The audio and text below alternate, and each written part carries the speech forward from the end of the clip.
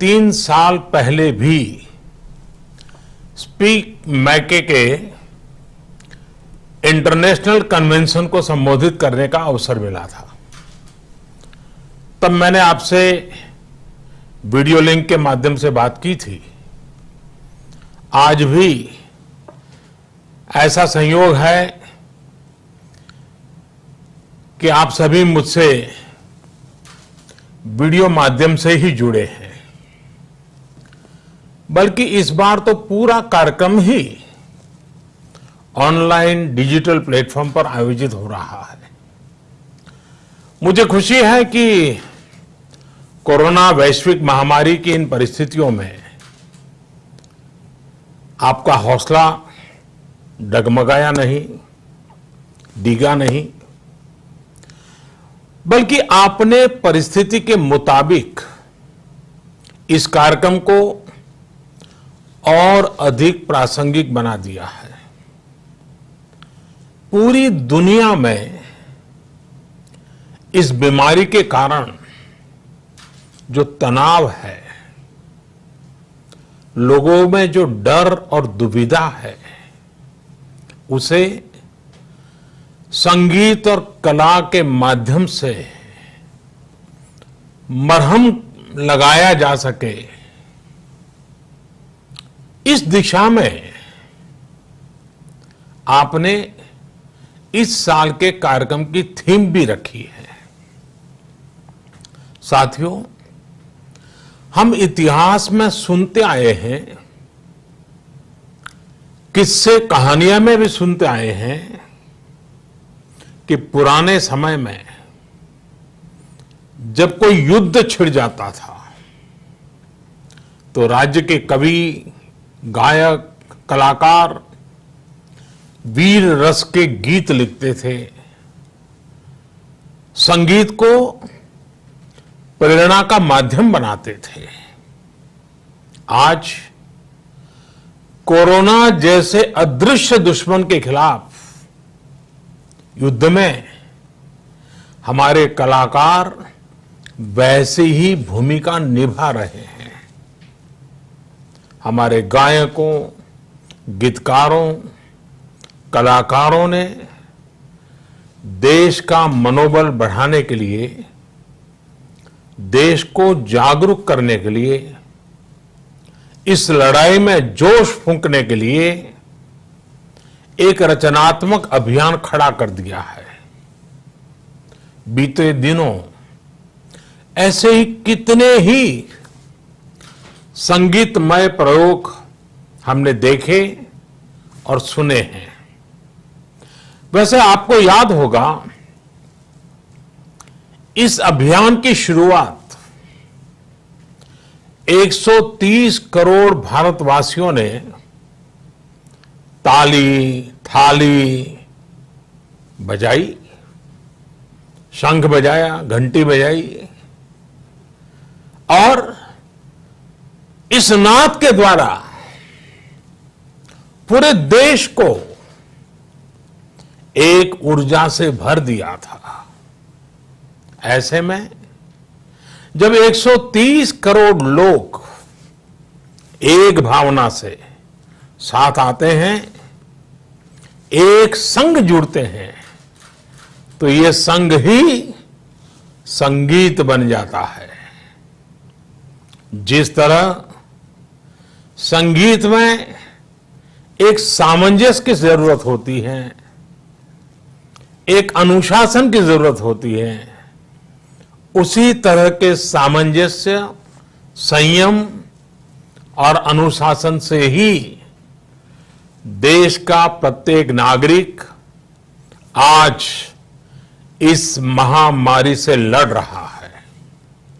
साथियों, अगर हम मानव जाति के इतिहास को भी सरसरी नजर से देखें तो एक बात कॉमन नजर आती है, एक बात उभर करके आती है। हमारी जीवन यात्रा और विकास यात्रा को जोड़ने में संगीत और उत्सवों ने बहुत बड़ी भूमिका निभाई है। दुनिया के अलग अलग हिस्सों में उत्सवों के रूप रंग अलग रहे हैं और स्वाभाविक भी हैं। इनमें समय के साथ परिवर्तन भी आए हैं, लेकिन हर कालखंड में उत्सव उमंग का जन्मदाता रहा है। हमें उमंग से भर देने वाला रहा है। कोई भी आपदा पड़ी हो, विपदा विपत्ति रही हो, हर स्थिति में उत्सवों ने मानव सभ्यता को कठिन परिस्थितियों से बाहर निकालने में मदद की है। और हमारे देश में तो हर मौसम के लिए, हर ऋतु के लिए अलग अलग उत्सव, अलग अलग गीत, विविधता से भरा संगीत और लोकगीत रहे हैं। किसान जब खेत में बुआई करता है तो अलग गीत गाता है, फसल पकने पर अलग लोकगीत होते हैं, फिर फसल काटने पर अलग गीत गाए जाते हैं। इसलिए अगर हम कहें कि उत्सवों के बिना हमारा जीवन अधूरा है, तो हमें ये भी कहना पड़ता है कि कला संगीत के बिना उत्सव ही नहीं है। साथियों, मुझे बताया गया है कि आपने इस बार इस कार्यक्रम में nature walk, heritage walk, literature और होलिस्टिक फूड जैसे अनेक विषयों को भी जोड़ा है। साथ ही योग और विशेषकर नाद योग को भी इसमें रखा गया है।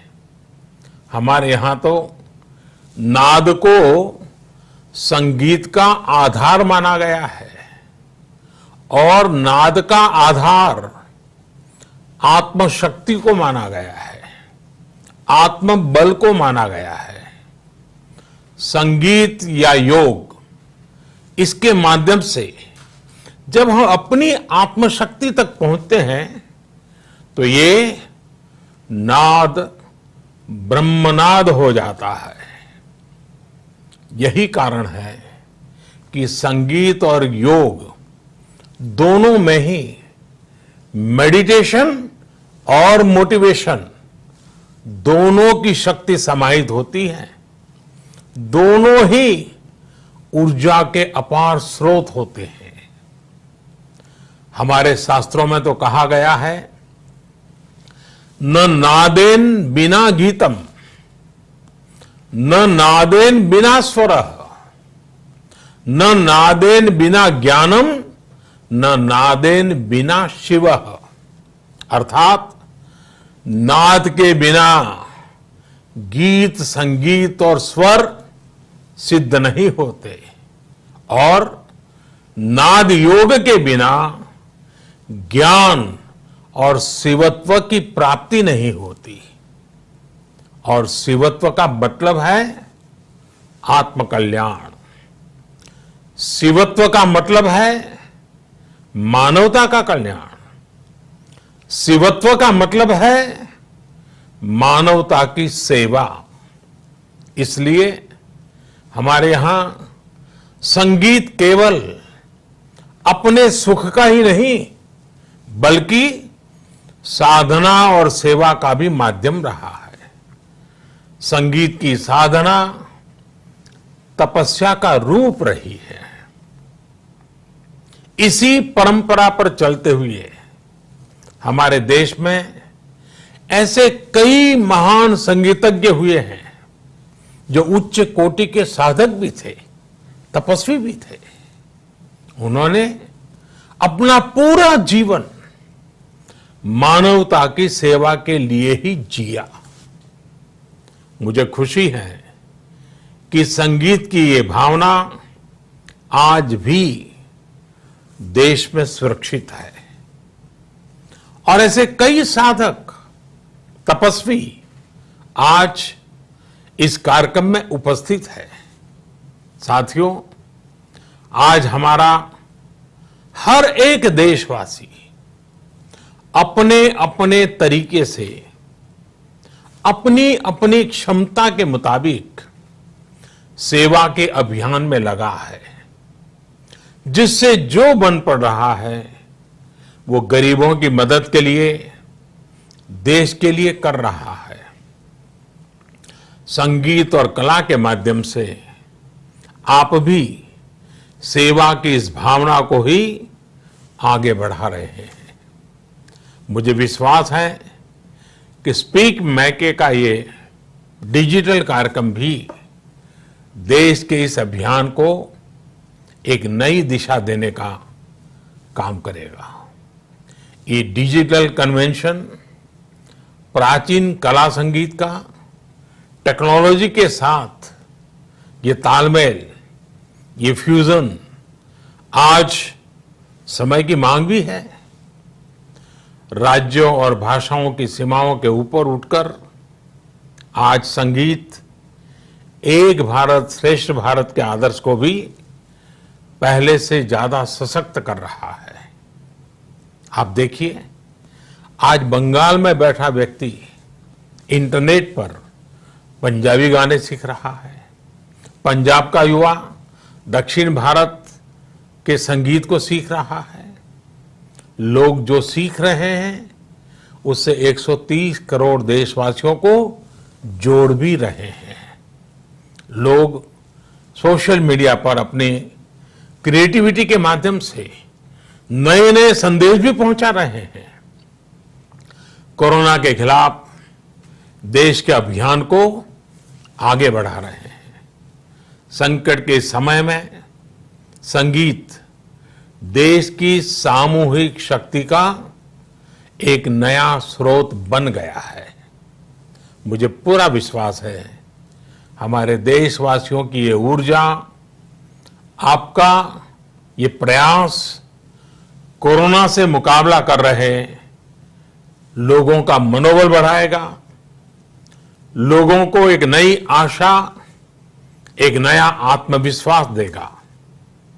आप सभी स्वस्थ रहें, 2 गज दूरी का पालन करते रहें, लोगों को जागरूक करते रहें। इसी कामना के साथ मैं अपनी बात समाप्त करता हूं। स्पीक मैके और उनकी टीम को भी, आप सभी महानुभावों को, सभी कलाकारों को, आप सभी को एक बार फिर बहुत बहुत शुभकामनाएं। धन्यवाद। नमस्कार।